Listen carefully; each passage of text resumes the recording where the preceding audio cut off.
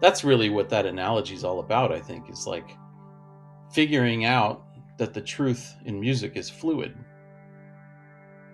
That there isn't a truth in music, and that you can take pitch away, that you could take time away, that you could take timbre away. Is that even possible, right?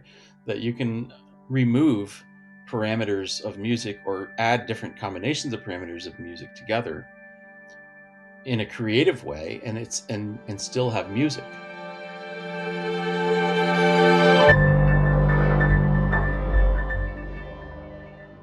Hey there, folks. Welcome to Music Maker with Tyler Kline, a podcast from Loose Leaf Transmissions. Tyler here, and on today's episode, I'll be joined by composer Baljinder Sekhon. When I was first thinking about initial guests for this podcast, it was a no-brainer to invite Baljinder as one of the first, if not the first, guest, which is what has transpired, mostly because of the pivotal role that he has played in my life in so many ways. Baljinder was my first formal teacher in music composition, and basically everything I learned from him touches most aspects of my life today. Not to mention he's just a really cool guy. I love hanging out with him, and he thinks about music in a way that's both methodical and quite imaginative all at once. Clearly knowing the power of sonority, Baljinder Sekhon's music has been presented in over 600 concerts in 26 countries. From works for large ensembles to solo works to electronic music, Baljinder's music demonstrates a wide range of genres and styles. In our conversation, we'll trace his journey from when he was a kid searching for something in his house that sounded like a snare drum, to his role as a percussionist for most of his early musical life and why it took him a while to admit to being a composer, and how all of that has led him to think about sound and music in some really fascinating ways. I'm so excited to bring you this conversation, and I hope you get as much out of it as I have.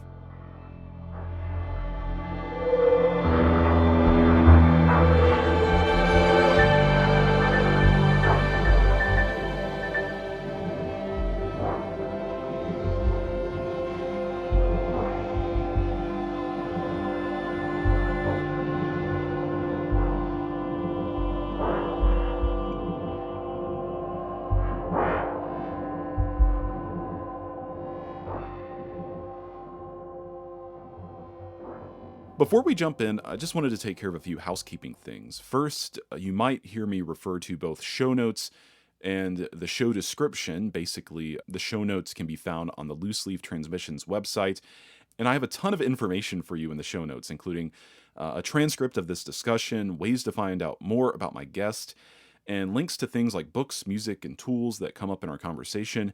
Just visit looseleaftransmissions.com/musicmaker to find all the pages for every show. And then the show description is the much shorter synopsis that you'll find in your podcast app, and I'll have a link to the show notes there. Second, you can support what we're doing here and get early access to episodes by becoming a Patreon subscriber, and just know that a little support each month goes a long way in helping me justify doing the legwork to get this podcast up and running in the ways that I think it deserves. And if an ongoing donation isn't your thing, I've got a method for you to give a one-time donation on our website. Again, that's at looseleaftransmissions.com/support, and you'll find other links there as well. And finally, a really impactful and actually free way that you can help the Music Maker podcast is to follow us on your favorite streaming app and leave a rating and a review if you feel inclined. The more of those that we have, the more visibility the podcast has, and the more listeners that we have, that at least we hope. All right, on to my conversation with Baljinder Sekhon. Well, Baljinder, it's really great to have you on board, and I appreciate you taking the time to chat about your journey and your process a little bit today. Absolutely. It's my pleasure. Thank you. Yeah, so just as a disclosure, so folks know, I studied with you during grad school about 10 years ago. So a lot of these questions are informed by our time together then, and I'm also kind of curious in that regard, like how things have changed for you, because we don't get to catch up too often. But I also have to go onto the record to say that because of that, I don't think this podcast would exist if it weren't for the role that you've played in my life. So it's my fault. It's your fault, yeah. So not to start this in any kind of weird sentimental way, but I just think it's just the truth. It's accurate, and yes, it's your fault that I'm putting myself through this. So I'm interested in getting to know more about your formative years as a composer. So I just want to start out by asking you, what is your earliest artistic memory as a composer, and or anything that kind of deals with putting music together? Oh gosh. Well, artistic memory as a composer, it's really hard to pinpoint these things because our musical lives typically start in performance in some way. Hmm. Well, our musical lives really start with listening, Yeah. right? And we learn to listen. And when we learn to listen, sometimes we learn to expect things.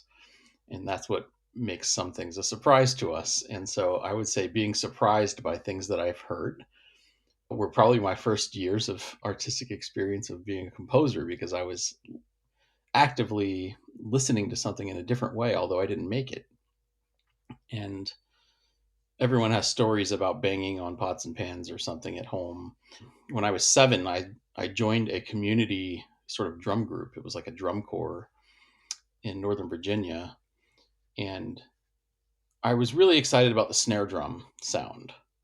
I wasn't playing the snare drum. I wasn't good enough, but I was really excited about the sound. And I remember going home and I was determined to find something that sounded just like a snare drum. And I had a tin Charlie Brown lunchbox, now it's an antique lunchbox. Yeah. I still have it, and it has dents in it from where That's awesome. I was convinced that it sounded like so much like a snare drum that I brought it with me to the next meeting and showed the teacher of this thing. It was like, I found something at my house that sounds just like a snare drum, so I've been practicing snare drum parts. Um, but I didn't have snare drum parts to practice, so I made up my own. And at that time, it was like cadences, right? Like this is like a Yeah. group that would march in parades, like a bunch of little kids with the baton twirlers and flags and a little drum line, right? And so I distinctly remember sitting there playing on that Charlie Brown lunchbox, making up music, but not really realizing that I wasn't trying to compose necessarily, but I was imitating the things that some of the older kids were doing that I remembered from like being in that, rehearsal or whatever. So that was second grade. Okay. It wasn't until sixth grade that I decided I should write, like, maybe I could write some of these things down. So I actually wrote my first piece in sixth grade that was like fully notated. It was a snare drum solo. I was studying then at the time. I started taking private lessons with the same teacher who was running that community group. He became my private teacher. And I brought him a piece of staff paper with my pencil writing on it that was a snare drum solo I wrote. And I was really excited to show it to him. And we played it together. Oh, that's awesome. And actually, like, I mostly had the right amount of beats and all the measures and stuff, And so that's my earliest memory of composing, of like organizing music in my own way, on a it doesn't have to be on a piece of paper, but for me it turned into me like notating on a staff paper. I don't even know where I got the staff paper from. I think my older sister's boyfriend gave me a piece of staff paper, or maybe my older sister did. She was in high school band at the time. But I should say that teacher who I met when I was 7, I studied with weekly until I graduated from high school. It turns out I got really lucky in that the area that I grew up in, I was surrounded by members of various military bands. We were in Northern Virginia, right outside of DC. And this guy, whose name is Miles Overton, was a percussion section member of the U.S. Army band Pershing Zone. And he was just working with this group as a volunteer. He was just giving his time to this little community drum group. And I had no idea I was like in the presence of a completely legitimate and outstanding musician. Yeah, right. And so I had the fortune of studying with him all the way through high school, eventually adding a second teacher. At the time I was going to be a drummer, I was going to be a percussionist. I was composing. I wrote a little snare drum piece in 6th grade. I wrote a couple other pieces. I wrote a bunch of percussion music, and then eventually I wrote a solo piano piece. I remember the title, but I won't say it. It's embarrassing. It was the kind of title you think that like an 8th grader would come up with. Yeah, we all have those, right? And then when I started learning about music theory, somehow or another, one of the music teachers at my school suggested that I write a song for voice and piano. And so I was also really into poetry and reading pretty much all through high school and even, 8th grade onwards. And so I set a poem by William Blake called A Poison Tree. And that was my first art song. That was my first like song that I wrote that wasn't for me, because I wasn't a singer and I wasn't a pianist. And somebody in my like theory class performed it for the class. And that was the first time I had the experience of like writing something that I couldn't do, giving it to someone else, and then hearing them do it. And that was a lot of fun. But that's what it was. It was fun. Composing was always fun for me. It wasn't really a choice. It wasn't something I decided like I want to be a composer. You know, Yeah. um, I was a percussionist. I was a musician, and composing was something I did for fun. I used some of those skills that I gained as a musician and through theory classes and playing in various school bands and stuff like that to on the side write some things. I want to kind of go back to something you started out saying and you kind of glossed over it, but that was, our earliest, I don't know, our earliest encounters with music. It's like this setting up expectations and then acts of defiance against those expectations. I'm wondering if you could talk a little bit more about that. What kind of music were you exposed to in your early days as a composer? When did that start, I don't know, being defied? Well, yeah, I don't know if I would say defied as much as surprised. I mean, I think those are kind of Yeah. different things. Like Yeah, sure. what I was saying was like I started off and I said, well, our earliest experiences are typically as performers, but I was wrong because it's as listeners, right? Yeah. And as a listener is the first time that you have an experience, potentially have an experience of being surprised. And people take those surprises in different ways. Um, Listening to music as a young person has the risk of setting a groundwork for truth, where then you think you know what music should be because, oh, I've heard all this music and that's what music is. And things that fall outside of that aren't, or things that fall outside of that aren't good. A lot of times, if people say that something isn't good, they mean it doesn't sound like the things they already like, Right. right? And so we can learn to be listeners that listen to things with an open mind without those expectations, but that's difficult.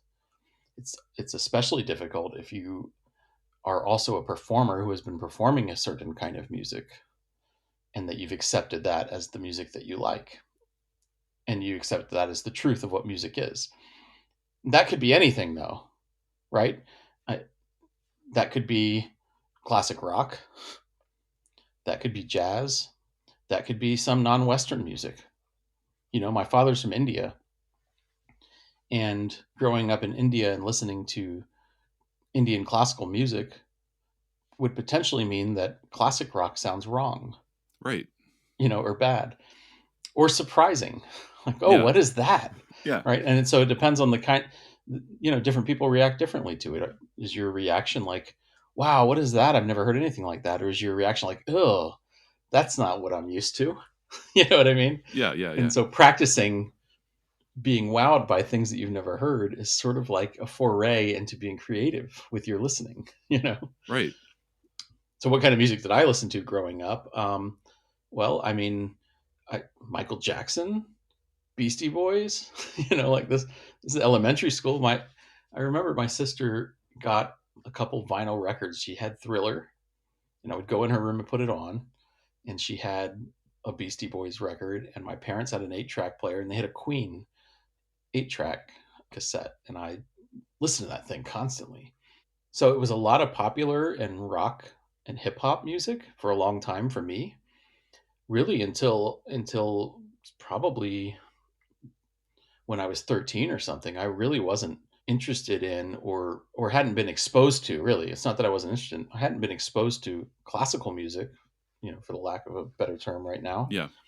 until I was about 13. But in ninth grade, I asked for a recording for Christmas of the New York Phil playing Shostakovich 5 with Bernstein Mm, conducting.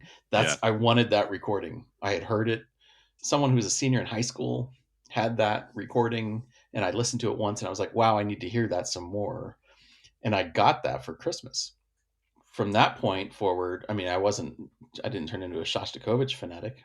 That was a piece in my early experience where I fell in love with classical music.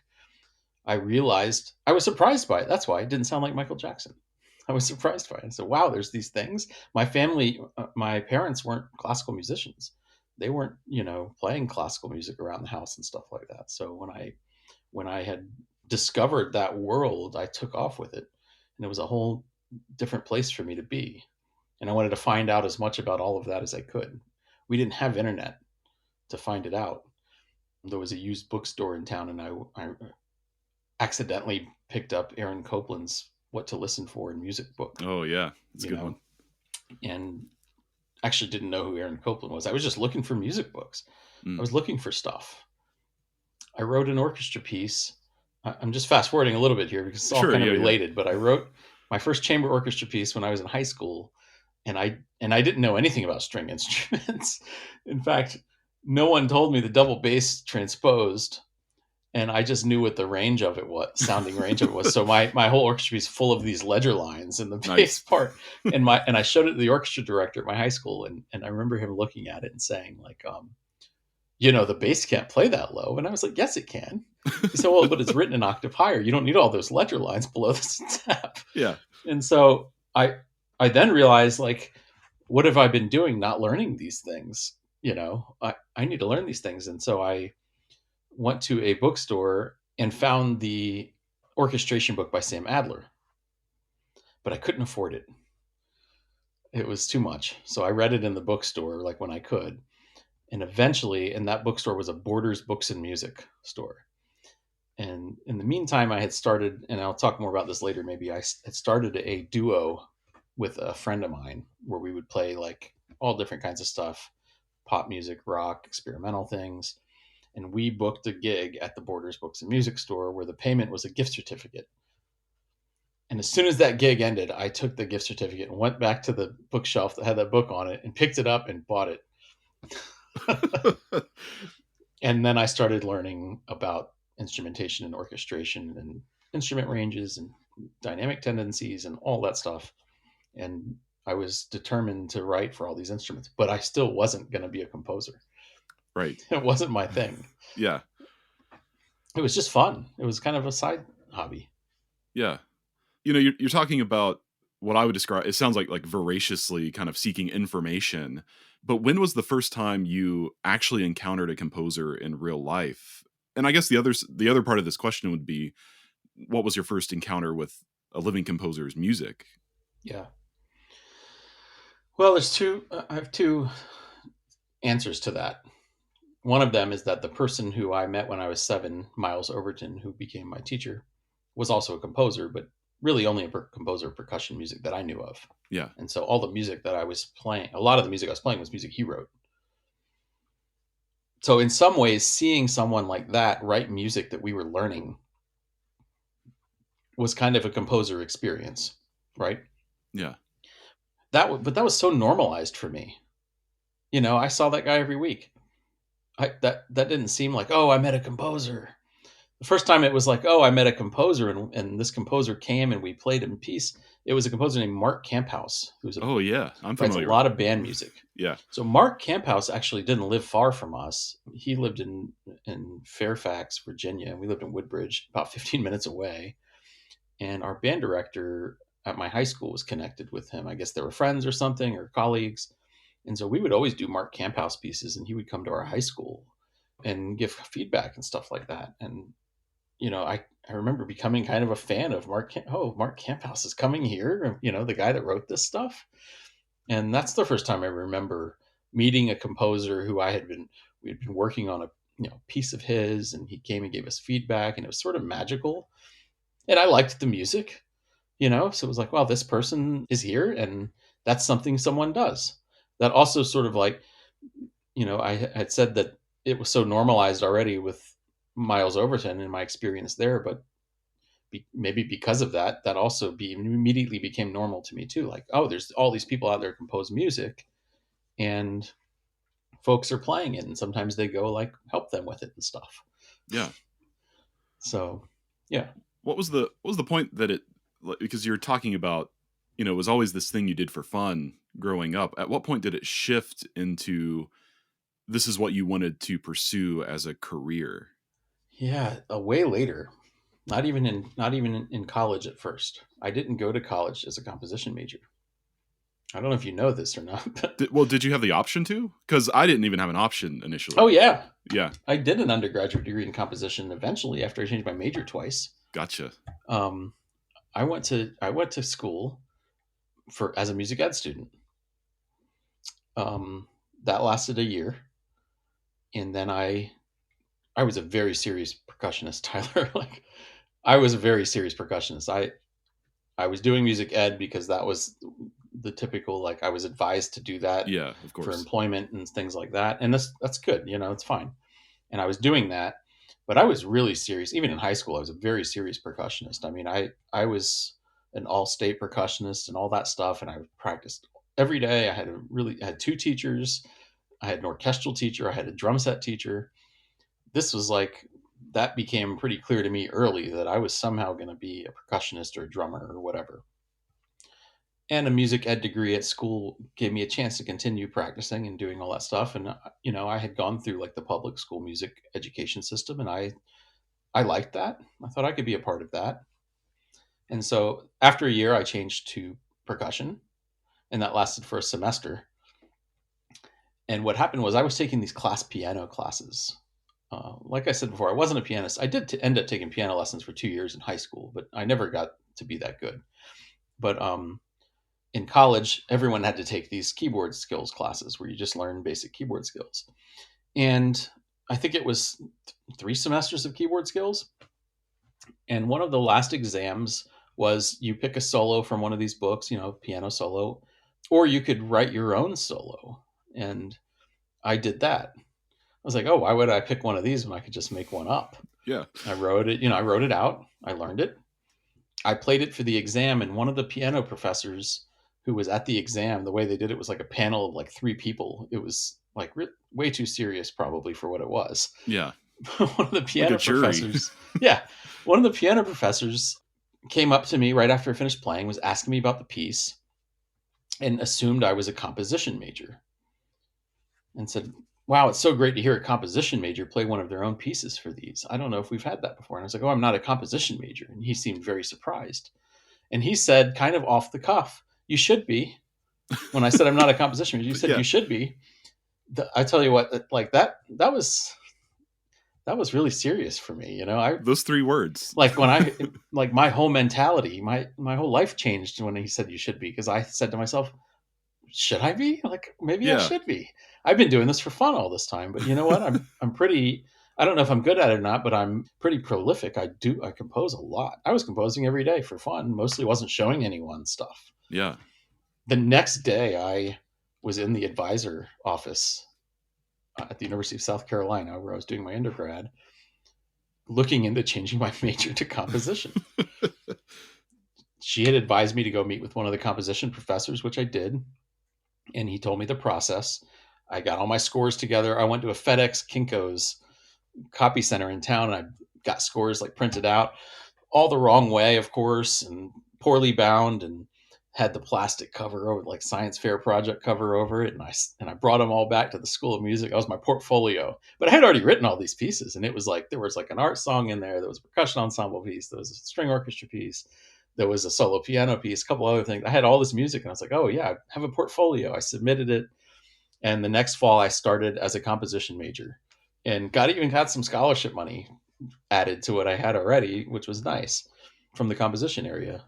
But I'll tell you what, that wasn't though when it's a long answer to your question. No, it's great. That wasn't when I decided that I wanted to be a composer.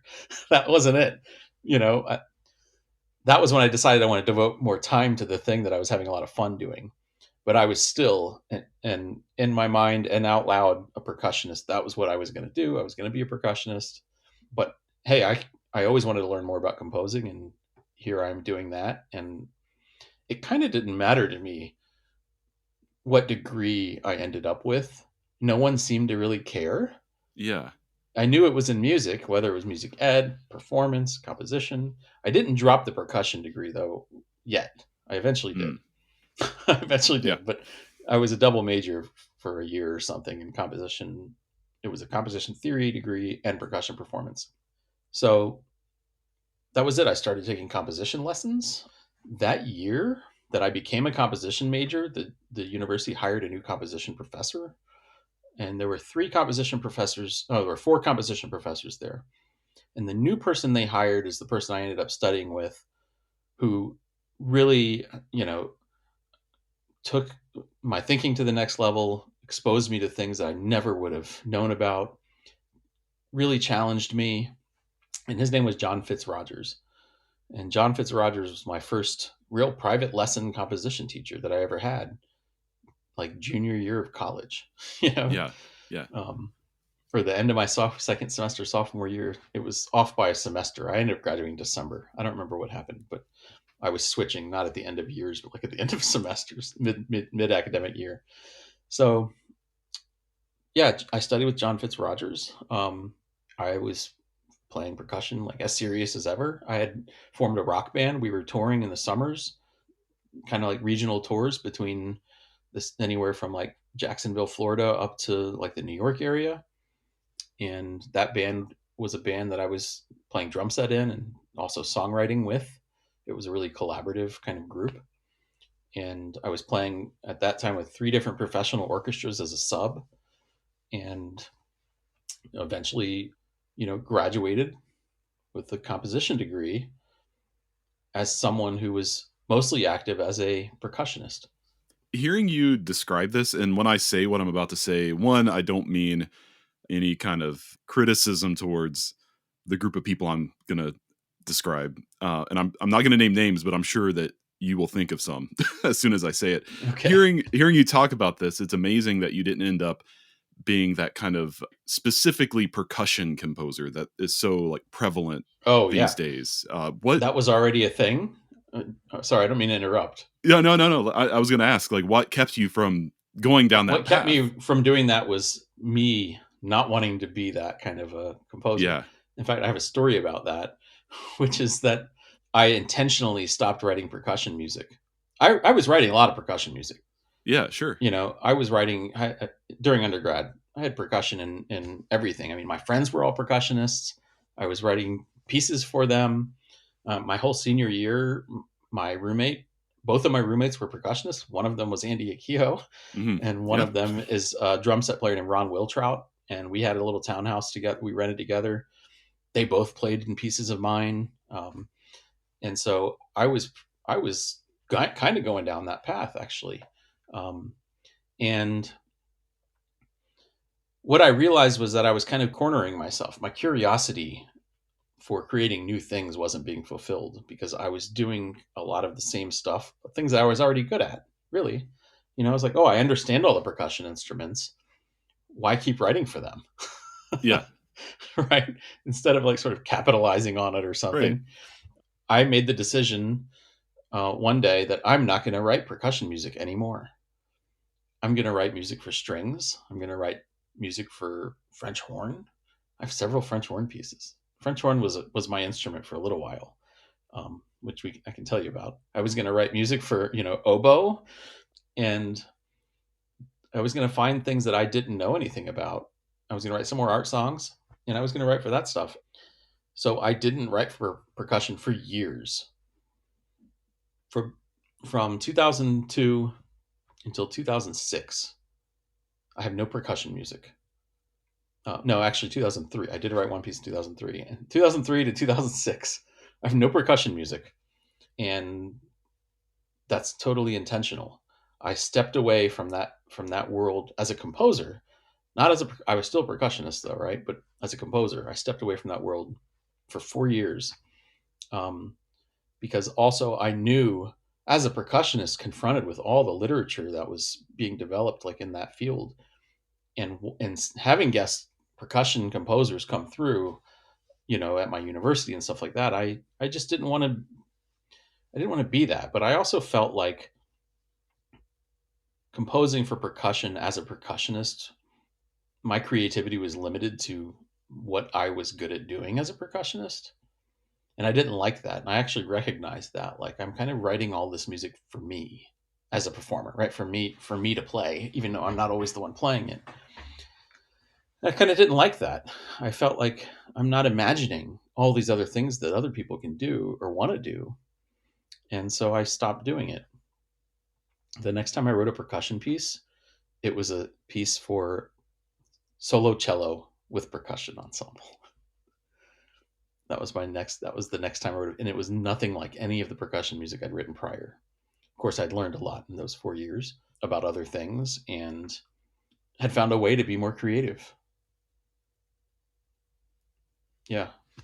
Is this something that you now encourage your students, like an exercise you encourage from your students who I'm sure often play an instrument and often compose for the instrument that they Mm-hmm. perform on? Do you push them to kind of quit altogether for a while? No, maybe graduates, maybe like master's students. Yeah. If we have a new master's student and I look at their list of works and I know that they're a euphonist, God forbid, Yeah. and all their music is like tuba euphonium music, Yeah. then yes, the answer is yes. I tell them, you know, let's write for an instrumental configuration that you've never written for before. Let's learn about the instrumentation of something that you've never been confronted with. You're really great at writing for tuba and euphonium, as good as one could be for those, Yeah. I'm picking on you because I know that you played euphonium, Yeah. but if so, like my student who's a triangle virtuoso, for example, I won't have them writing all triangle music. I'll Right. tell them, in fact, not to write any triangle music. They're already good at that. But that's a pedagogical thing. I mean, they don't need me to help them with things that they probably know more about than I do. Mm. Like Yeah. my euphonium composer students know more about the euphonium than I do. And what am I going to do to help them? I mean, there's all the other aspects of composing, but I'm really interested in students being outside their comfort zone because that's where I put myself. So I guess what I would say then is it's not that I tell them not to compose for their instruments the way that I told myself, but it's that I tell them to step outside of their comfort zone and do something different. That could include doing something different with the instruments that they are already composing for. Yeah. Because you have to get into process and technique and all the different compositional approaches that one may or may not encounter. I want students to encounter those things. So for me, it was kind of instrument specific, but for someone else, it might be style specific. It might be like, hey, stop writing waltzes. Right. Yeah.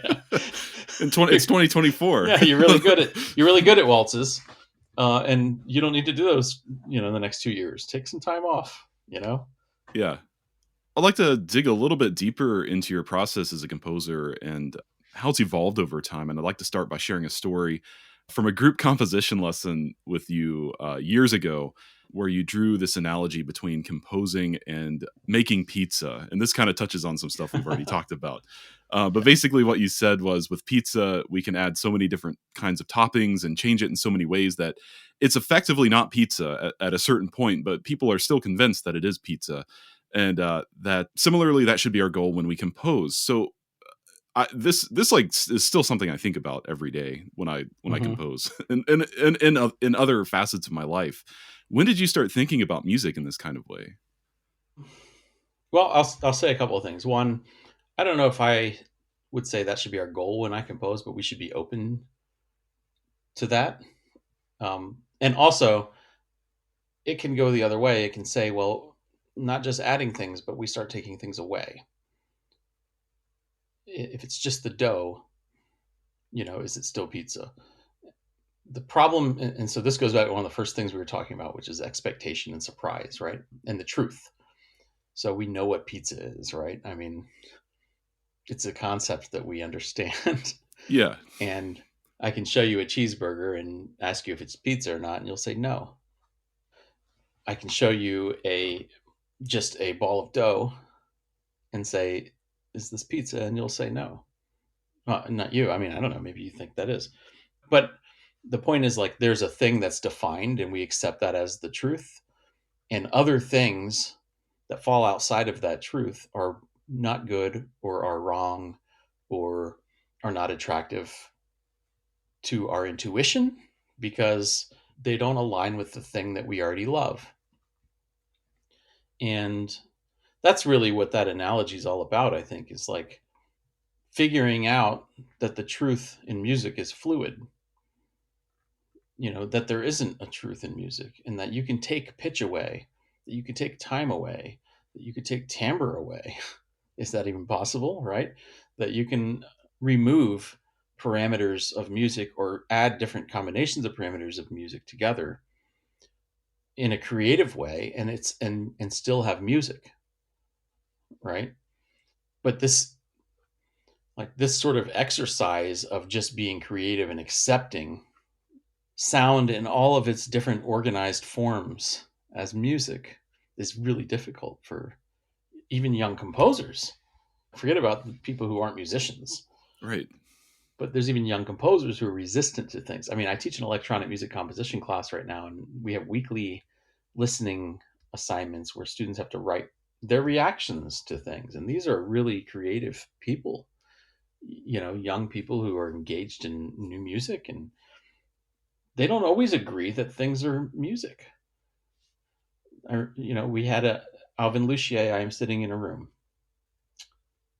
as an example of something that was on this list that they listened to and responded to. And they had to learn about how it was made and what happened. And there was not agreement among musicians that it was Yeah. music. Yeah. Because it wasn't aligned with the things that they've already accepted.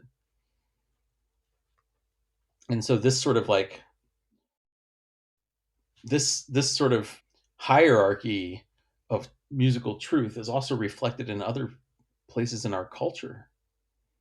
The other, the idea of the other, of the thing that is not what I'm used to. Yeah. This surfaces in racism. This surfaces in all types of discrimination, where this thing, whatever it is the normal thing. And those things are not the normal thing. And I think this one's the normal one because that's the one that I'm used to. And so our perception of music also can follow something similar to that, where if it's not tonal, it's not good. If it's based on noise, and when I say noise, I mean like white noise, if it's a noise-based piece, well, it's not pleasant. Yeah. Because I've heard pleasant things and I know what those things sound like. Yeah. I am the arbiter of beauty, right? Yeah. And so, but then when I hear something that sounds like something else that I already love, now, of course, I'm saying this hypothetically, right? This is not my view. When I hear something that sounds like something that I already love, I don't even recognize that it's reminding me of that thing. I say, oh, that's so beautiful. Well, why is that so beautiful? Well, because I've already decided it was beautiful a long time ago when I heard something else that sounded like it that I thought was beautiful. I don't remember what question we're even talking about. Yeah, can you pinpoint when you began thinking about this as a concept in your work and also in your teaching? Because I'm sure this is a big part of your teaching. I kind of was a victim of musical truth, of my own musical truth for a long time. Even when all my descriptions of how I was composing for fun, and I was curious and I was trying to learn about things, and I still was a victim of my own musical truth. There were things that I disregarded as even even at college level, like musician, as a composer, things that I disregarded as, good or beautiful. I did have a sort of set of experiences from an early age that gave me a truth of what music was and wasn't, allowed me to decide, right? Yeah.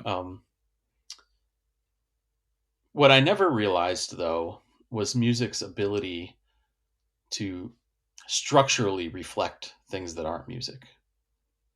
Not just cinematically or emotionally or metaphorically, but structurally. And the piece that, or maybe not even structurally, maybe I'll say behaviorally, where the music has the ability to behave like something that's not music. Yeah. And we can hear that behavior. It's sort of rhetorical sometimes. And the piece that I experienced as a percussionist was Rothko Chapel by Morton Feldman. Yeah.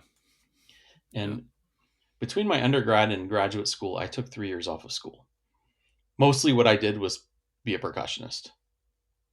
I was playing, I was playing with a hip hop group. I was playing with a rock band. I was playing with orchestras. I was playing with local theater pit. And John Fitzrogers, again at the University of South Carolina, since he had come there, started a series, a new music series called the Southern Exposure Series. And it was supposed to be a series of music that you never hear. It was not just supposed to be, it turned into a series of music that you would never hear on that campus by composers who you'd never encounter, and expose people to all this other stuff. And he decided to program the Rothko Chapel by Morton Feldman as part of that series. I was already graduated from school. I was freelancing in town, and he contacted me and said, we could hire you for this gig. Would you play percussion on this piece? I had no idea what the piece was. I had a degree in composition already, but I didn't know Morton Feldman. And yeah, I'm a freelance percussionist. I'm free those dates. I'll play the thing. Yeah. So I played this piece, and I remember the first rehearsal, the first time the choir sounded. And if anyone listening knows this piece, they know, like, whoa, what? Hold on now. Wait, what is that? Is that supposed to?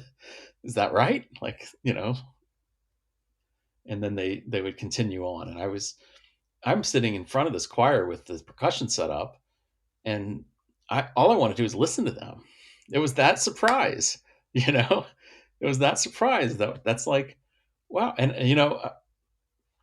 we never stop having these surprises. Even now, I recently had this surprise again, where it's like that moment where it's rare, but I'm looking for that new thing, and it's like, whoa, what is that? And so it was that surprise. It wasn't like, whoa, that's great. I didn't know if I liked it or didn't like it, but I knew it wasn't like something I'd heard before. Yeah. That's all I knew at the time. And so I was like, I need to find out about this music. And a friend of mine, I had mentioned to a horn player friend of mine, whose name is Robert Reardon, who I had written several pieces for. He was one of the people who I was writing for when I was insisting on not writing percussion music. I had mentioned this to him. Do you know this composer? And he bought me a book as a gift. And it's this book, Give My Regards to 8th Street by Morton Feldman, Collective Writings. I have the one that he bought me here. It says 2003 in it. Oh, yeah. I love it. And this is the one. And I started reading this book. And when I was reading Morton Feldman describe music in ways that I hadn't heard it described before, and beyond like the Varese organized sound kind of idea. Yeah. But also aligned with that, not just organized based on, like, he would say, oh, Rothko's paint bleeds right to the edges of the canvas and you don't know where it ends. And we describe it as blurry, and then say the choral music in this piece bleeds to the edges. We don't know where it starts and ends. And I'm thinking, like, what is that? What kind of connection is that, between this painter and his work and sound? I hadn't experienced that kind of a musical connection before. This was beyond like a cinematic metaphorical connection to music, and it was like behavioral or structural. And it was like the music is acting as if it is the paint on the canvas. Yeah. And that really changed everything to me. Like, music can do that. Can I make music do that? Like, oh wow, there's all these things that I love. Now I want to turn them into music. Right? And started to ask those questions, like, what would that be like if it were music? And most of the time the answer wasn't aligned with other music that I had made or known about or played. And that was when I decided that I was gonna, actually I shouldn't say that was when.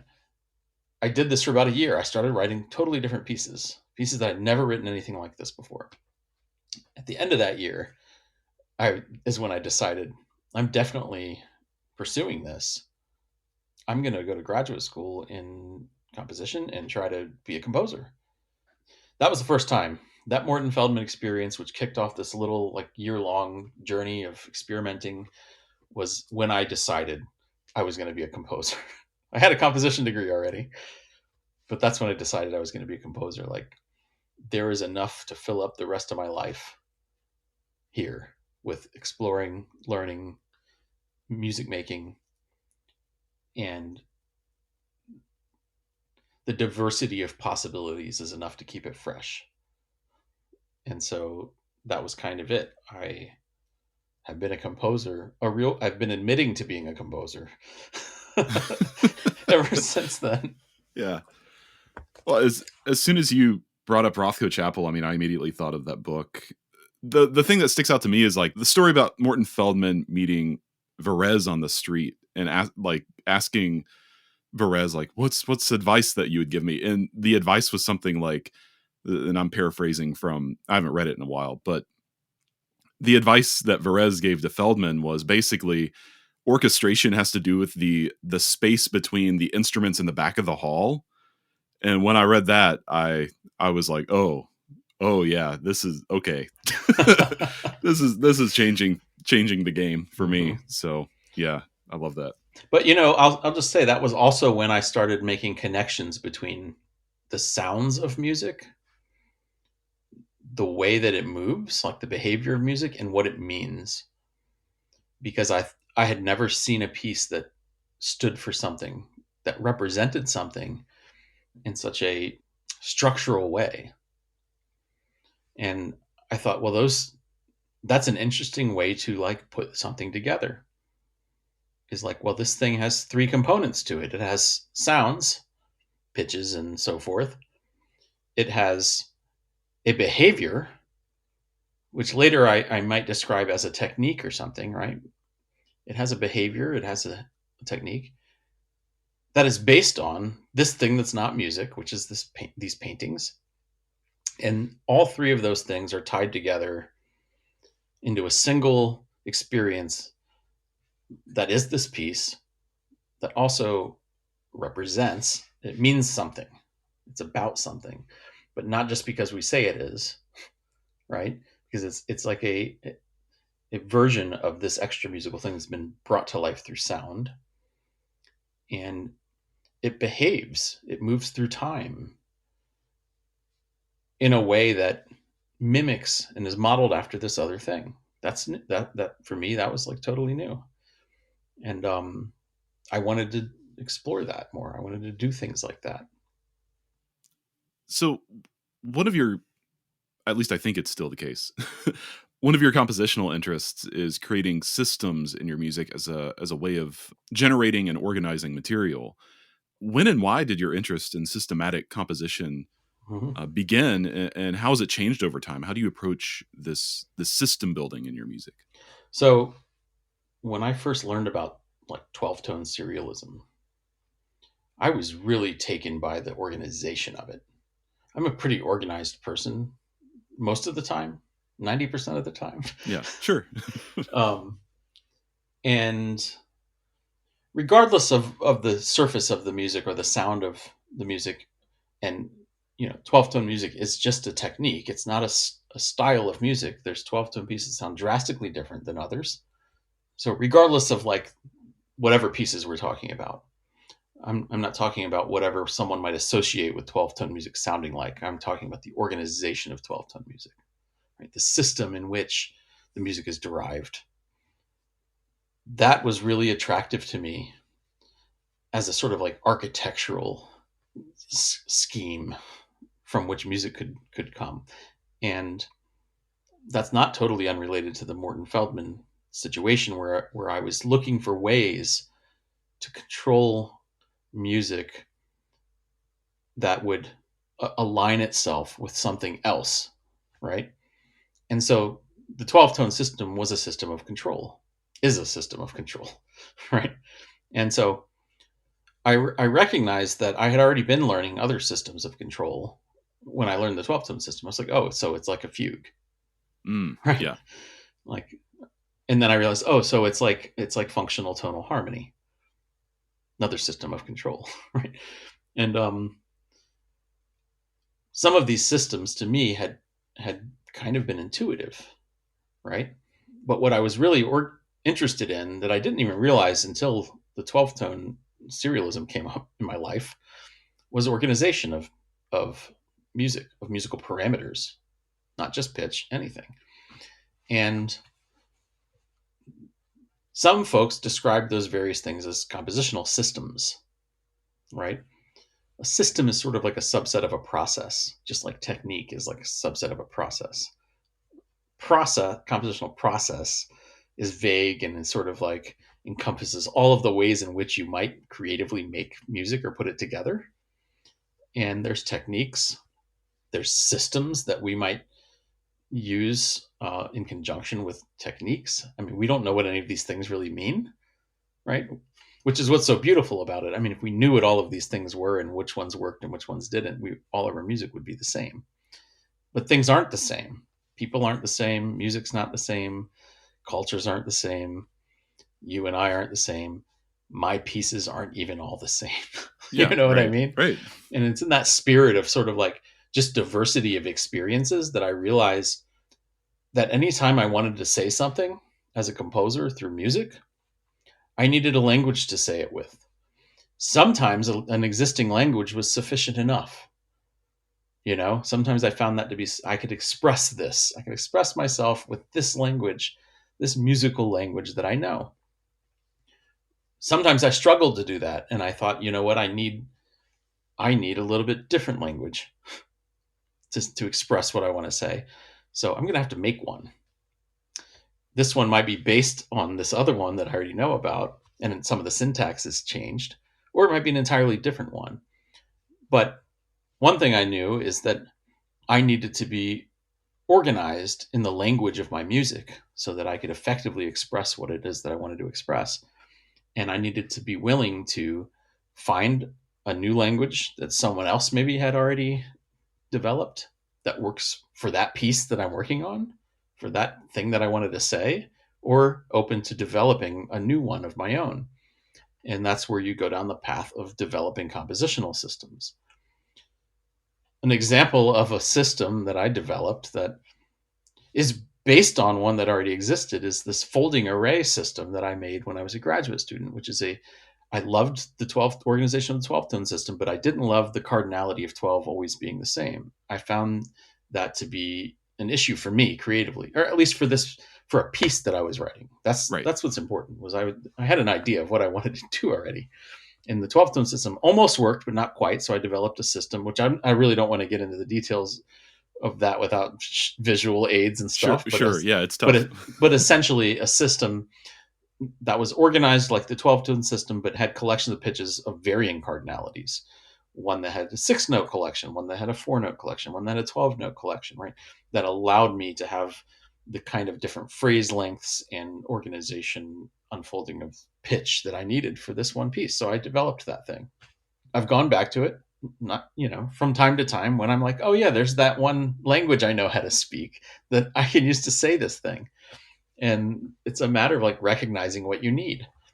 As composer, we are always asking, when we have ideas, we ask ourselves, what do we need? What do I need to accomplish that? And that's difficult. It's difficult to effectively identify all the things that you need to successfully express your ideas. Sometimes you have to just make your own tools. And so, yeah, I'm still very much involved in thinking about and developing and teaching and using or employing compositional systems in my music.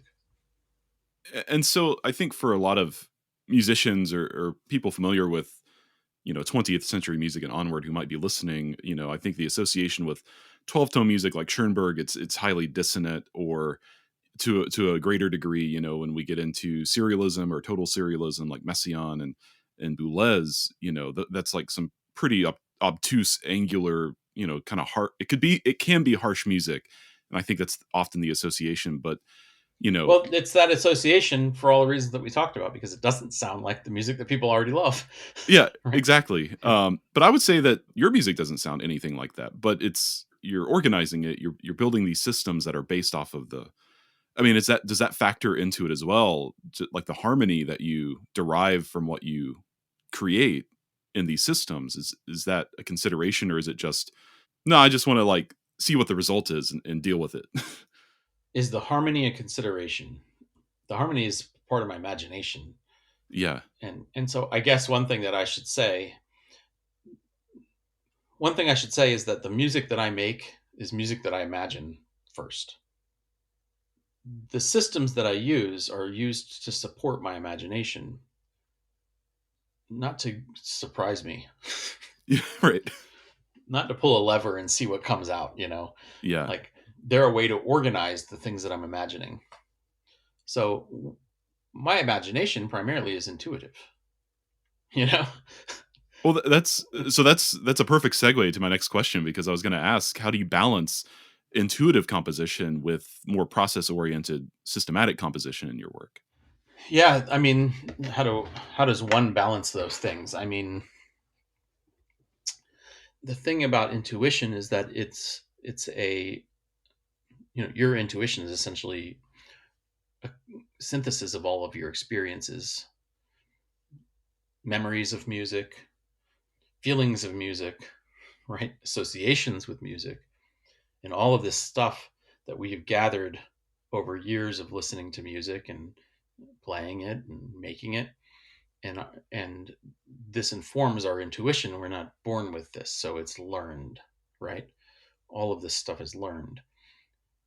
This is one of my primary objectives for my students, actually, is that they realize that, and then they're motivated to work on their intuition by learning more, by listening more, by going outside their comfort zone. That's also for me something. So I actually don't draw a big distinction between my intuition and what we're talking about systematic composition, because the systems that I develop are developed intuitively based on other systems that I've studied and learned. It all started with things that weren't mine, right? Sure, yeah. None of this was mine to start with. None of the music that I was playing when I was 7, none of the music I was playing when I was a teenager, and none of the music that I played in college and studied and analyzed in theory classes and all that stuff wasn't mine. And when I say studied and analyzed, I mean I'm talking about the systems, like not just what it sounds like, not the style. That stuff contributes to intuition as well. But picking it apart, analyzing it, figuring out, putting it back together, how did it come out? Reading like Ligeti's analysis of Boulez structures 1A, for example, like that's not me. I didn't do that. That's, I'm reading about another composer's description of another composer's system of composing music. Well, guess what? I loved reading about that. And that's part of my intuition now. And so intuition also informs the development of my compositional systems, which is just really the organization of my imagination. And my imagination is me, no one else's, my specific synthesis of experiences. You know what I mean? And so I recognize that it's not mine. I recognize that those experiences were someone else's, doing. But no one has the combination of those experiences that I have, just like they don't have the combination of them that you have. And that's what makes it unique for me. And so then my job as a composer, part of my job as a composer is to organize that, to recognize it. One, that's the biggest problem, is that we don't recognize it, right? And we just think that we're magical or something, or like Right. we're a receiver with, music. The cherub comes and kisses our forehead, and So the first thing is recognizing like that's not the case, and organizing it, right, in a thoughtful, methodical way, oftentimes, which causes us to stumble upon something quote unquote new. Right? Yeah. Because now that I've said all that, I can't claim to have ever done anything. Right. It's all just an extension. Yep. But that's what's so great about music, is that, when people talk about like, oh, the trajectory of music through time, or like the thread, right? The thread of stuff like that. I mean, that's kind of what they're referring to, is like, we're all just it's like one big long research project. We're all collecting all of the things that we can, that's been done, and it's filtering through us, and as individuals, we also have our own like life experience, not musical experience, but life experiences and feelings about things and reactions to things and value systems. And we're able to take all of that stuff and filter it through our personal beings, and make something that expresses what it is that we want to say. All of which could not be done if we didn't have those experiences that inform our intuition. So the intuition is something that we love, but also that we hate. Yeah, that's the most succinct and accurate thing I've ever heard said about intuition. There's a gosh, I wish I had this on hand. There is a Carl Jung has a quote that I read recently about intuition that said something like, "Learn to recognize and control your intuition, or else it will control you and you'll call it fate." I love that. That's awesome. That's paraphrasing. I don't have it in front of me. It was Yeah. something like that. But it was like, yeah, we can be tricked into thinking that we're doing something that we're not. The first person that sparked all of these ideas in me was Mario Davidovsky. I took lessons with Mario for a year, and he said to me one time, like, none of us have ever come up with any new ideas. The human mind is way too interesting and complex for us to understand that what we're doing is actually something that we've already experienced. Yeah. And we don't even recognize it because our minds are so brilliant. Yeah. And I kind of liked it being put that way. It's like, oh, your use of your intuition isn't you being like sort of dumb and uninformed. It's that you're so brilliant, you don't even know what's in your head. And it's like, this stuff is all coming out of your mind. Isn't that amazing? Yeah. That was like the way he kind of put it was like, isn't that amazing? Well, what is it, like only 10% of our brain activity is actually consciousness, right? The rest is like subconscious. And who knows what kind of crazy stuff's happening. It's great. Yeah. That's why we're composers and not neurologists, I guess. I think one of the biggest impacts that you've had on my own compositional work is your approach to timbre or instrumental color. Mm-hmm. So how do you think about sound and timbre, such as the blending of characteristics between seemingly disparate instruments, like a snare drum and a bassoon, for example, right? Mm-hmm. Oh, that's a good combination. I love sound, and this whole thing started off with me telling you that I had found that tin lunchbox.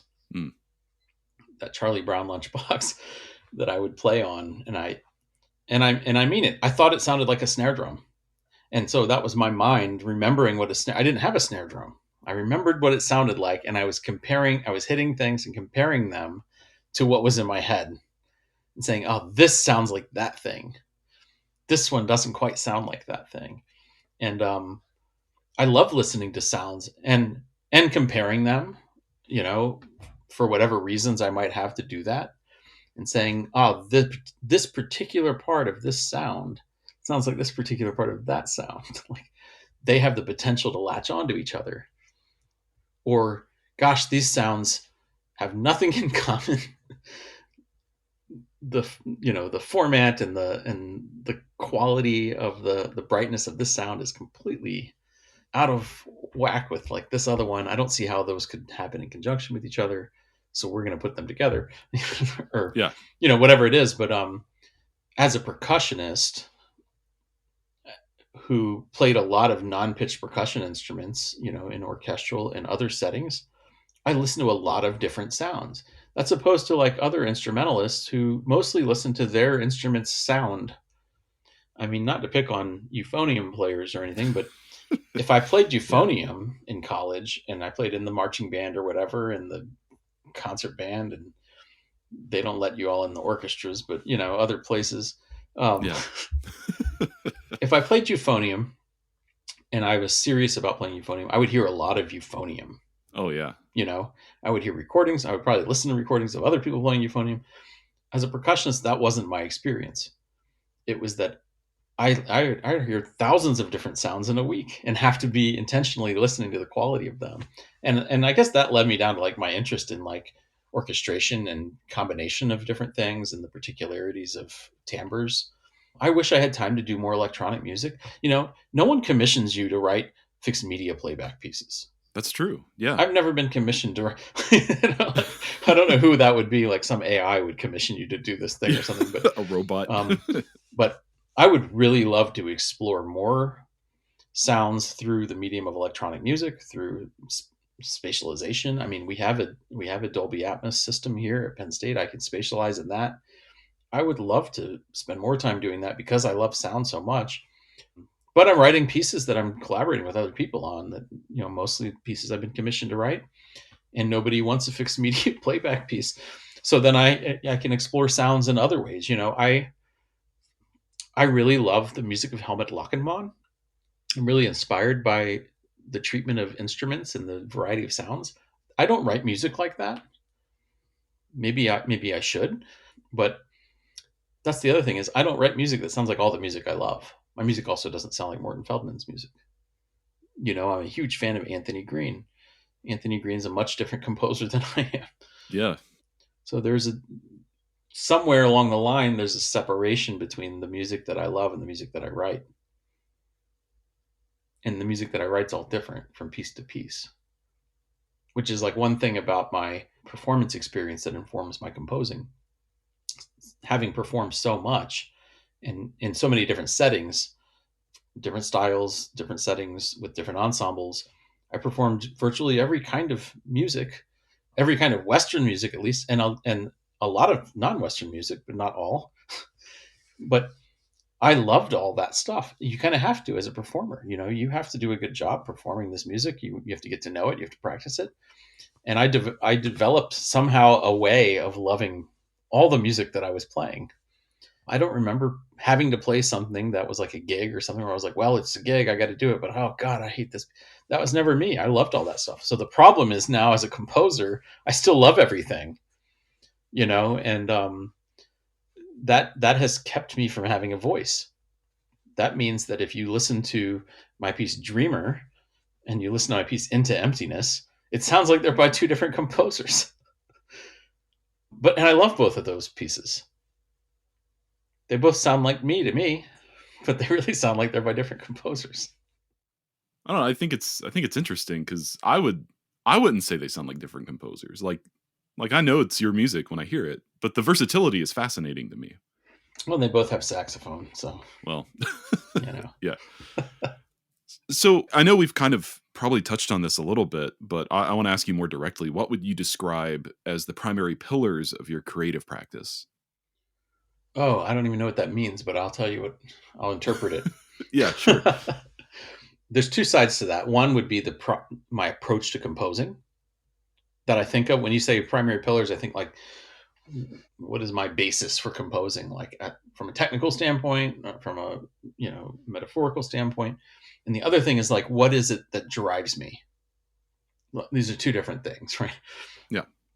So one thing is that I alluded to earlier is the connection between composition process, musical material, and representation. Imagine a triangle with 3 points, which triangles have, and one of the points is representation, which is like this triangle. This triangle is a piece. Representation is like, what is it that this piece is dealing with or representing, if anything? Doesn't have to be something. Another point is process. That includes the technique of the composition, right? The approach to composing it, the things that aren't dealing with what does it mean. But I view the technique as the how, and I'll tell you why in a second.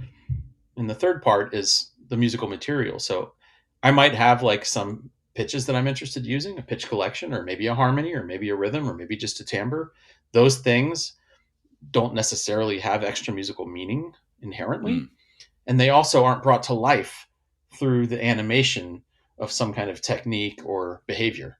They're just abstract musical sounds or ideas. So the question is, how do you bring to life this musical material so that it represents this other thing that you're inspired by, if there is another thing? And the how is the technique, right? How do you do that? The answer is always going to be the technique. That could be very highly systematic, or it could be fairly intuitive, which I also view, now we know, as also systematic. Yeah. And so that obsession with the connection of those three things, I would say, is a pillar, if you will. Sure. But the other thing then is people. People are important to me composing. I'm inspired by people who are around me. I have a lot of pieces that are based on people. Mm. I have a piece called Lou. People think that piece is dedicated to or written for Lou Harrison, but it's actually not.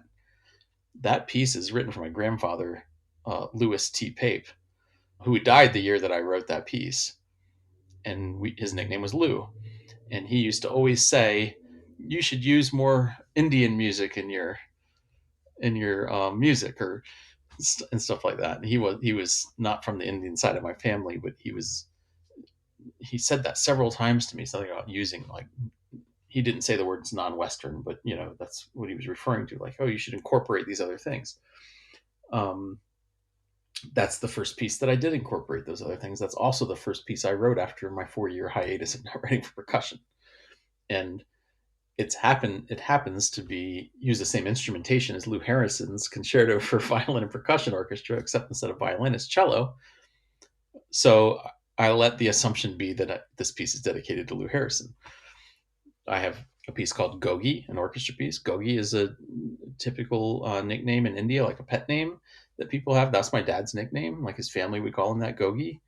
Of course, my dad's name is Baljinder, same as mine. I have a piece called Two Trees. Odd, I don't know if it's odd or not, but kind of oddly enough, my wife's name is Teresa and my mother's name is Teresa. Do with that what you will. This piece is really about the two of them, two trees. But it's also this piece that deals with this concept of two different things, like,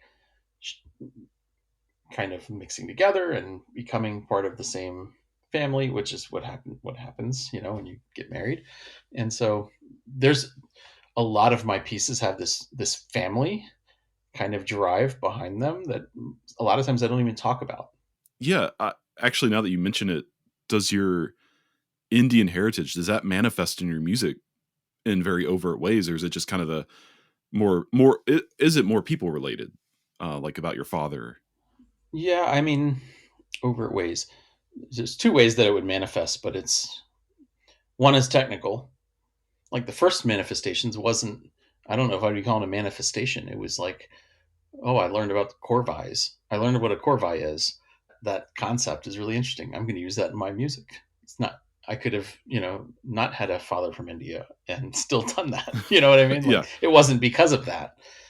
So I don't know what the manifestation of it would be, except that, of course, I grew up very exposed to that culture and listening to music from India.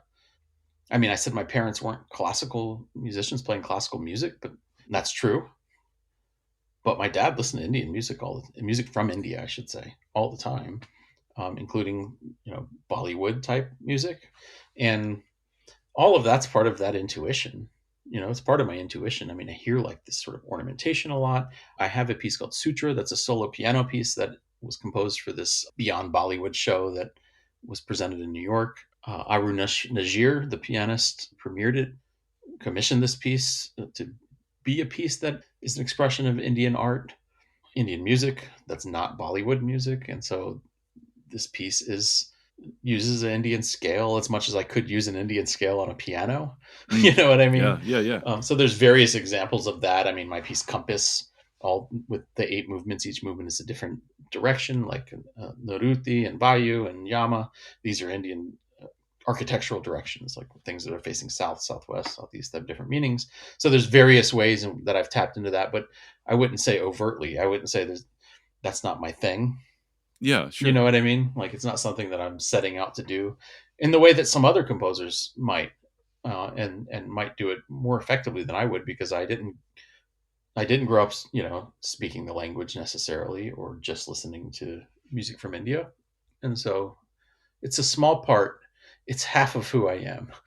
Yeah. I remember saying my solo piano piece Sutra it's a half Indian piece by a half Indian composer. and, Yeah. and if you listen to it, it kind of sounds halfway Indian. Yeah. And that's me. Good. Yeah. That's cool. I mean, we've been talking about your influences plenty, but I want to ask you about your influences a little more broadly. And I know that one book that has played an important role in your creative work is Carlos Castaneda's Journey to Ixtlan.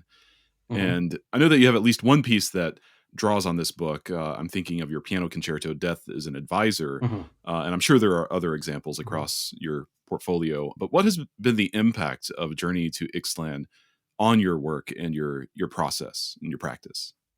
Yeah, when I got tenure at Penn State, there was a tenure ceremony, and everyone who got tenure that year had to pick one book that the library would buy, like your edition of the edition you owned, and they would put it on Yeah. display with a statement underneath it that you wrote about answering this question. Basically, I don't remember what I wrote, but this is the book I picked.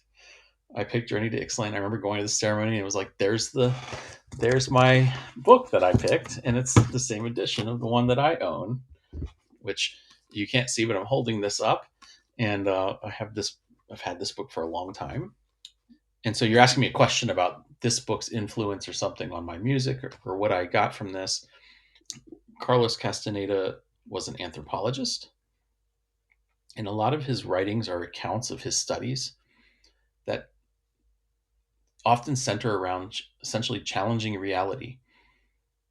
I mean, there's one of his books, not this one, is called A Separate Reality. And a lot of the lessons, so this book, Journey to Ixtlan, the lessons of Don Juan. He was a sort of apprentice to Don Juan, who was a Yaqui Indian, quote unquote, shaman or sorcerer, right? And he would spend time with Don Juan, learning his way of life and culture. And this book is an account of lessons that he learned from Don Juan. A lot of these lessons are really lessons about challenging yourself. I mean, before we were talking about like musical truth and the danger of thinking you know what music it should be, right? And this is kind of like that, but not necessarily music. But understanding your intentions and having expectations of yourself that go outside of what you might typically imagine, being open to alternate realities. I mean, stopping the world is a really great concept. Well, you mentioned Death as an Advisor, but I also have a piece called Stopping the World that is based on the Stopping the World Right. lesson in this book. Right. That's something I thought a lot about.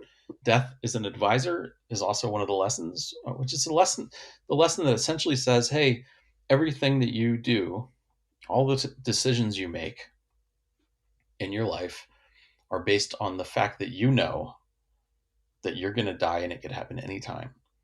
Yeah. But you aren't conscious of that.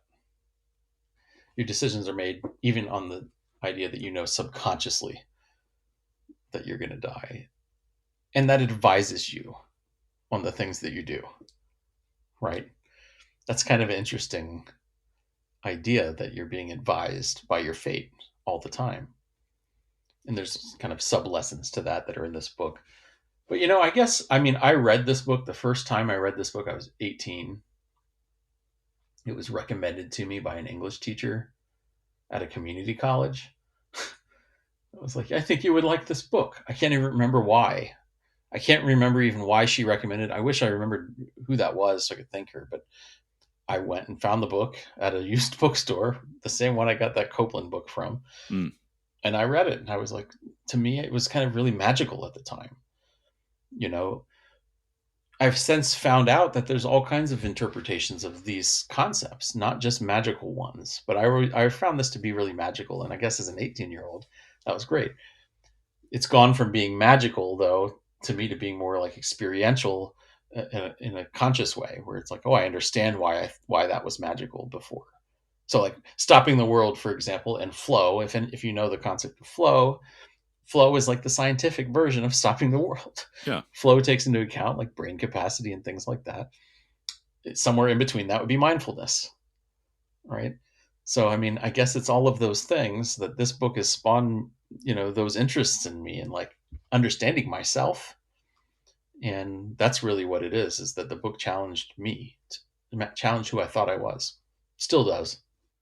Yeah, I'm not sure if I'm outing you when I say this, but you gave this book to me as a graduation present. I don't know if you did that for anyone else. I didn't. But, oh, okay. Yeah. I don't think so. I don't think I did. I might have, but I don't think so. Well, I found it to be really important. It was a really important I don't time think for I've me. given anyone else a graduation gift. You should edit that out. Okay. Well, I just want to say that when when I first encountered this book, it came at like this transitional point in my life, and I thought it was a really important time for me to read it. And so I haven't read it since then. It's been about 10 years. Maybe I should read it do again. that. I did that. I pick it up sometimes and I read it years apart. I don't write every piece I write isn't based on something in this book. In fact, I'm about due. Thanks to the reminder. I think I think it's about time. Funny enough, I need an idea for a piece that I've coming up, and so maybe I'll pick this book back up and look at that. So my next piece that I'm writing is kind of full circle in some of my experiences that I've described today. I'm writing a piece for the 100th birthday of the University of South Carolina School of Music that will be premiered on the Southern Exposure Series concert in October. That's awesome. That was where I made all of my discoveries that changed my life, really. That was John Fitzroger's series. He's no longer directing it. He's still there. Mike Harley is now the director of Southern Exposure. Mike Harley is the bassoonist for Alarm Will Sound. And I'm writing this piece for a group called the Black Box Ensemble in New York City. Yeah, they're good. And that's the piece that I'm getting ready to start on. And now maybe I'll pick this book up and find something that I can manifest into the piece that's meaningful. Yeah. So I frequently talk with my composer friends and peers who attended a number of different schools, including a significant number of folks with terminal degrees from high-profile programs, which I won't name. But these are people who never once encountered anything related to the kind of business side of being a composer in their studies. Every time this comes up, I have to tell people about you because you've developed this curriculum for composition students that touches on every aspect of what it means to be a composer today. You teach all of these career building or business oriented activities, and you do it without sacrificing an actual music composition education. And people are blown away by what I tell them, my experience. In just 2 years, what my experience is. Because you probably are teaching these people how to do things with their music that they didn't know they should be doing. That's also true. So I'm wondering what prompted you to develop the curriculum that you use with composers today. Were these skills that you had to figure out on your own, or is it more an amalgamation of skills that you've picked up from composers you've studied with over the years? Well, I would say they're mostly skills I figured out on my own out of necessity. I'll say this question's funny because today I got 3 texts today from 3 different former students letting me know, hey, I got my ASCAP royalty. I should check that. Yeah, because yesterday was the distribution day for publisher royalties from ASCAP. Yeah. And so I have people like randomly texting me like, hey, I got my ASCAP royalty. Thanks again, for teaching me how to do all that stuff. That's great. That's the necessity I mean. Right. I'll tell you 2 things. One is, these are skills I've slowly realized I needed to have as a composer, regardless of my students or the teaching part of it or anything like that. There's things that I found myself doing more and more often or learning about as a composer that were useful to my career and to my well-being and to my survival that I viewed as just another kind of thing that a composer should know about and do. And so when it came time for me to teach composers, that just seemed like a normal thing to teach. I always tell people that I don't teach people how to compose music, that I teach people how to be composers. Being a composer means so much more than just composing music. There's other things that being a composer includes, right?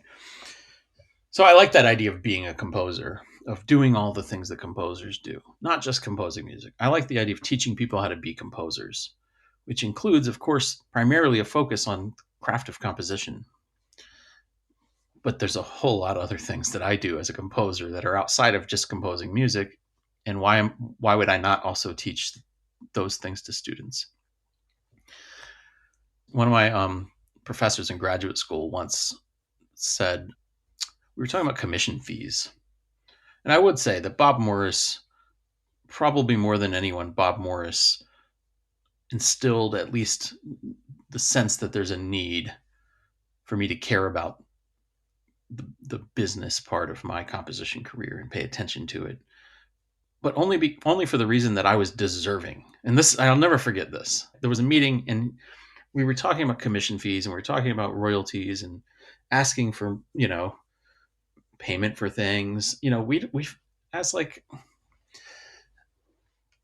as composers who write the kind of music that we do, and with the kind of backgrounds that we have, we young composers oftentimes will feel like they're not deserving, or that this isn't the kind of music that makes money, so I'm not going to ask for money, or oh, I'm just happy to get the performance.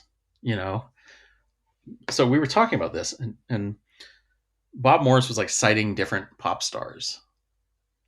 I'll never forget, like, it was like, well, so and so made this album that generated, $6 million for them that year. How much time and effort do you think they put into making that album to make $6 million from that album? Okay, and can compare that time and effort to the time and effort that you put into your recent orchestra piece that you wrote, right? Yeah. Do you feel like your time and effort isn't as deserving as theirs? Because you're wrong if you don't, because it is deserving. And it was in a class actually, and he said, you all deserve to be compensated fairly for the music that you're making that no one else can make. And maybe not $6 million. Of course, maybe you deserve that, but that's not the expectation. But don't feel like you should be hesitant to advocate for yourself when it comes to the business of your compositions. And so we didn't learn how to do those things in that meeting, but that was the time that I realized I should do those things. I need, actually, we're all struggling.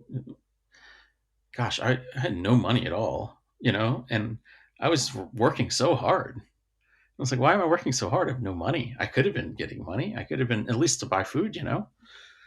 And so I started paying more attention. I didn't like dive deep into music business or something and run off and get a degree or something, but Right. I did start paying attention. I started reading more. Well, we had the internet by then, so I was able to look things up. Yeah. And I started benefiting from that, actually, from that effort to pay more attention to the business part of what I was doing. I started benefiting from it. When I say benefiting, I mean the way that you think I do. Like, oh, I made some money, not a ton, but it was like, that's possible. It's possible to do that. And when I first started teaching, I didn't think about teaching that stuff until I saw students struggling the way I was struggling financially, which was like right when I started teaching, by the way. Yeah. I realized, like, oh, all these people are in the same position that I was in. I should tell them what I did. Not that it solves all your problems, but hey, I should make them aware of this thing and this grant and that thing over there, and have them. I should make an assignment where they all write a grant proposal. That's a fake one, but then they know how to do it. And then, a contract for a commission. Then they know what to include or not to include in it. They should know how to organize a consortium commission. They should know how to report performances to a performance rights organization. They should know how to investigate performance rights organizations, so they know which one to join and how to register the pieces. And the list goes on. It's like, composers need to know how to do these things. Why are we not teaching all of them how to do it? So I made a sequence of class assignments that are actually, aren't really assignments. They're real life things. And when my students do these assignments, they might make a little bit of money, nothing groundbreaking, but then they learn how to do it. If they want to go bigger with it later, they have the skills, they have the documents, they have the knowledge. And so when I said it was out of necessity, I really kind of meant that. Like, I needed that for myself as a composer, and then I recognized later, we all kind of need this, and I should be teaching this to people. It's part of composing. Otherwise, you might find yourself doing a ton of work, putting a lot of energy in to composing music, and struggle to survive. Like, literally, like, Yeah. oh, I can't spend time doing that anymore because I need to buy groceries. And to buy groceries, I need to go work at this other place or something. But, maybe you can do that. Maybe you deserve to be able to do the thing that you're spending a lot of time and energy on. And there's ways to find support for it. This isn't me saying like it's easy to be a freelance composer. I'm not a freelance composer. I don't know if I could be a freelance composer and survive like, in a comfortable way. I know how, I know like what the system is like. I'd have to teach some lessons and do some other things, but I want my students to know what the system's like as well, so they can navigate it and benefit from it when the time comes. The other facet of this that I love about what you do and what I loved about being a student of yours was that it's not like this was all separate from the main thing. Like this was all integrated into composition lessons. In addition to, like, for example, I know at a lot of places like orchestration class is its own separate thing. Oh gosh, But that don't was, get me going on but that. that was, yeah. But you integrated that as well. I mean, you're right. It wasn't, here's a bunch of spokes in the wheel, go take the class. It was, when I came to Penn State, I had already been at USF and we got rid of the orchestration class. Paul Reller is also equally deserving of credit for getting rid of that orchestration class. yeah.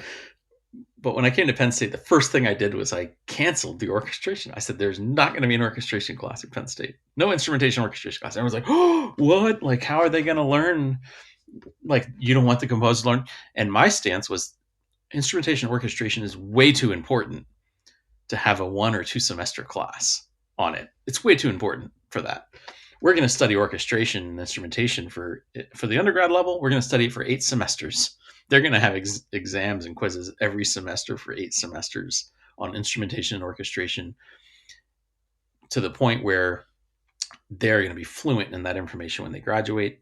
They're going to see the major benefits of knowing that information when they compose. They're not going to need to look things up in books. They're not going to take an orchestration class and tell me all the ways to say the instruments in German and get an A, and then tell me all the ranges sounding and written of all the orchestral instruments and get an A, and then go on to the next semester and not think about that stuff anymore. And then in 3 semesters have to write a piece for saxophone quartet, and they don't know the ranges of them or how they transpose, even though they got an A in the orchestration, Yeah. And so that was also part of the curriculum design. I mean, we're kind of talking about curriculum design here. And the curriculum that I am running has, 4 components to it. The composition component, which is what we're all doing. That's the main focus. That's what we want to get better at. There's the career building component, which is the things that you need to know about as a composer, how to disseminate your music, how to collect some income from it, all that stuff. The business stuff, so composing, the business stuff, which I just call career building, things that build your other parts of your career. Then there's a weekly reading, and those weekly readings include readings from orchestration books, learning instrument ranges and translations, and also readings of writings by composers. And we do a different book like every semester, every year, like In Her Own Words, Duckworth Talking Music, and there's a whole set of books they get through. And then there's the listening, and the listenings are listening to music and looking at scores by composers, usually the ones who you're reading about. So it's all kind of really integrated. It is a weekly. So when you have a lesson that week, all of that stuff is expected, and it is kind of like integrated and connected to each other. Again, these are all things you just need to be a composer. Yeah. Yeah. When do you, and that can be you specifically, or like when you advise people, I suppose as well, when do you know when to be independent with your work? Like, for example, self-publishing sheet music versus reliant on other institutions or organizations, like using a record label for releasing music. And those are just like 2 quick examples that spring to mind. I'm sure there are others. Oh yeah. That's a good question. I mean, skill set and time. Yeah. For me, time is more of a factor here, but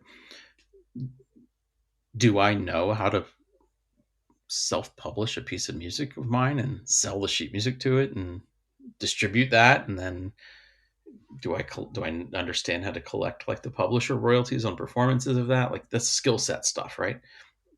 To time. Do I have time to like field orders of my music that people are buying it? Am I going to put it in envelopes and send it to them? Do I have time to do all that? If I have the skills and I have the time, I'd rather do it myself, right? I'd rather be the one doing that and not and receive all the financial benefits of doing that, but also stay in control of my music. That's, the same questions can be asked of something like recordings being released. Right.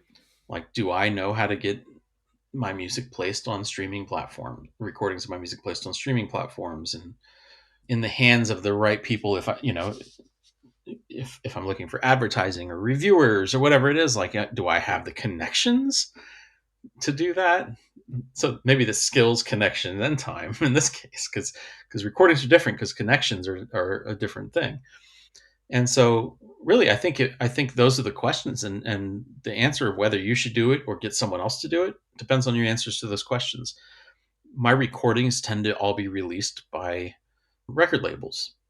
The two albums that are dedicated to my music are both on Innova Records. They have the knowledge, they have the skills, right? And that's their thing. So of course they have the time to do that. They do things that I couldn't do, and I recognize that, and that's when I decide to hand it off. There's 14 other albums of my that have my music on it. All except 3 of those, I think, are also on record labels. 2 of them are albums out of Portugal, and the saxophone and piano duo who put out these 2 albums, they like figured all this stuff out. They're dedicated to it. They have time to do it. They're sort of self-released. They get features and reviews and stuff like that. I don't know if I could do that. That's, Yeah. I could release an album, I could get it on streaming platforms and things like that, but the promotion part of it, It's like a full-time job. Yeah. it's like a full-time job. That's different than like promoting sheet music, because sheet music is kind of promoted by performances. Right. you know, Yeah. or emails. I mean, it's really easy to promote sheet music. Yeah. Yeah. Yeah. Set up an SEO on your website and like let people figure it out. Right. Right. Sure.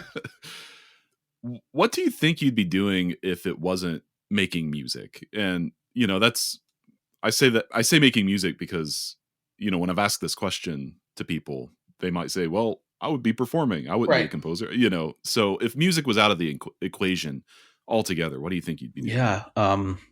So this is a tough question, because I also don't know when I decided to go into music. I never chose. So, Yeah.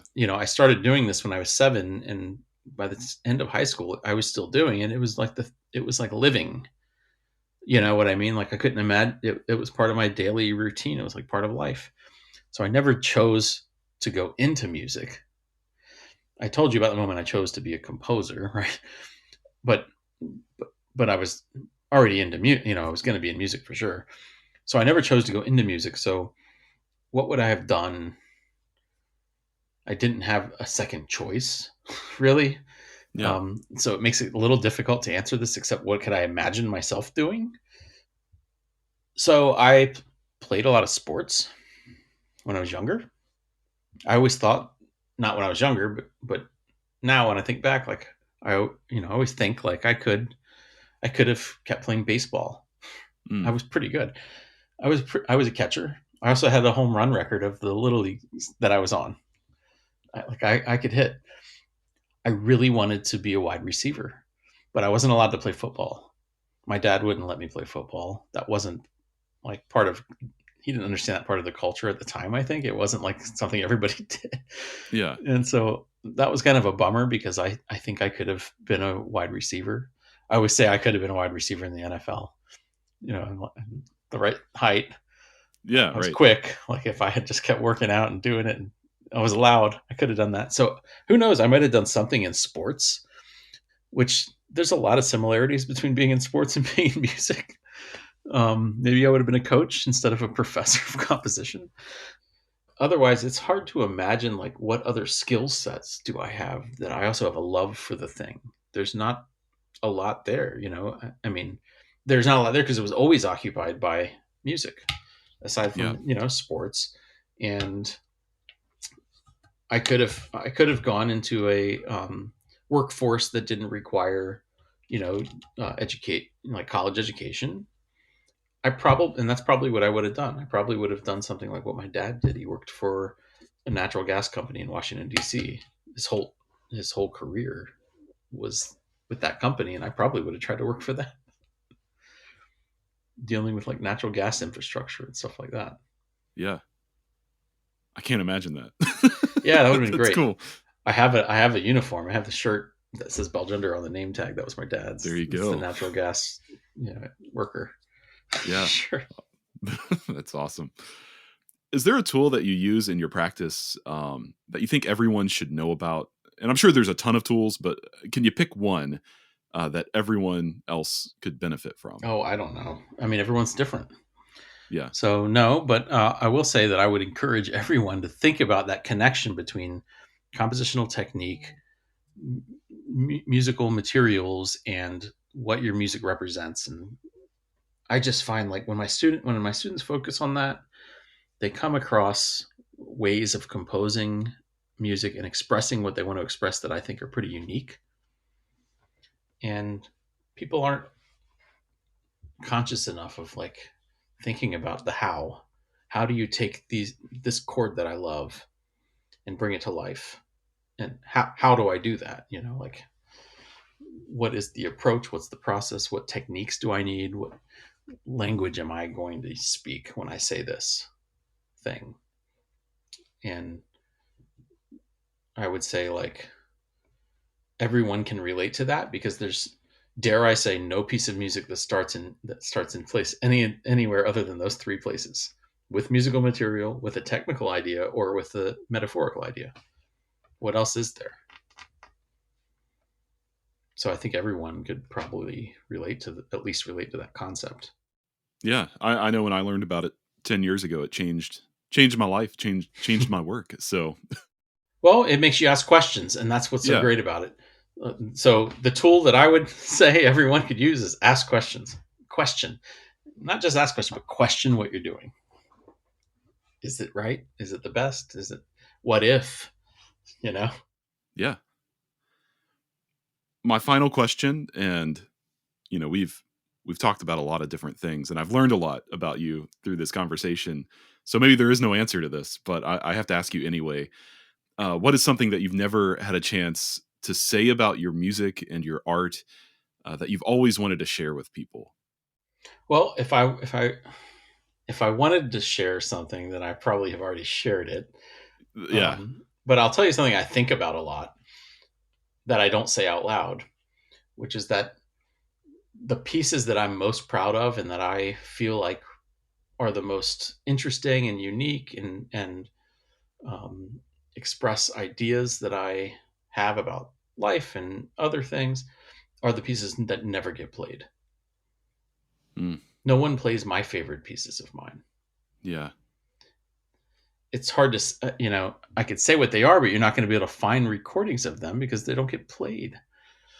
And I kind of wish like the way that composers curiosity drives them in these interesting different directions. I wish all performers, because we already have a lot of performers who do, but I wish all performers would have a curiosity for performing things that are also going in those different directions and discovering. I'll write a piece that maybe isn't completely adventurous, you know, like I can relate it to some other music. Like, oh, this piece kind of reminds me of this other thing. That's a piece that's going to get played a lot. Write a piece that I think isn't, that I've never seen anything like this before, and then no one plays it. Yeah.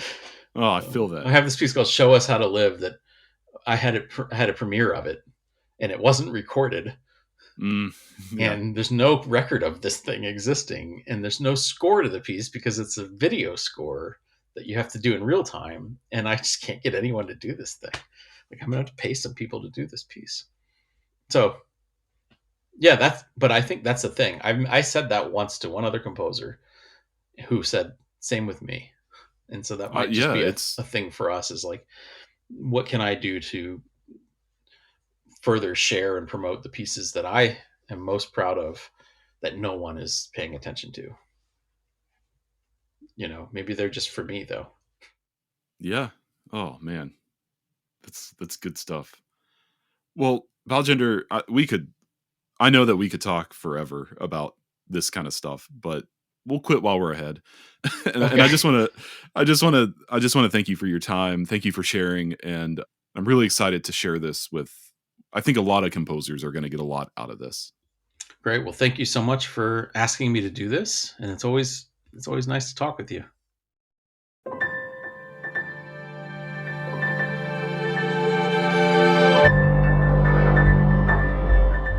So much good stuff there in that conversation, and a lot of stuff, Baljinder touched on is stuff that he talked about, 10 years ago, around 10 years ago when I studied with him. And of course, I referenced that in the conversation.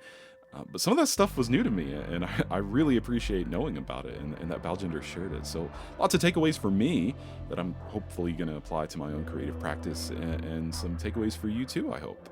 Baljinder Sekhon teaches music composition at Penn State University and can be found online at sekhonmusic.com. I'll also have some links to his music and his CDs in the show notes on looseleaftransmissions.com, as well as a link to the Penn State music composition site, because no surprise here, Baljinder's students are doing amazing work too. I'm Tyler Kline, and thank you so much for joining me for this episode of Music Maker. Music Maker with Tyler Kline is a production of Loose Leaf Transmissions, made for all ears. We're online at looseleaftransmissions.com, and you can find more episodes of the podcast and also see ways that you can support us on the Loose Leaf Transmissions website as well. Well, that's all I've got for now. Until next time, see ya.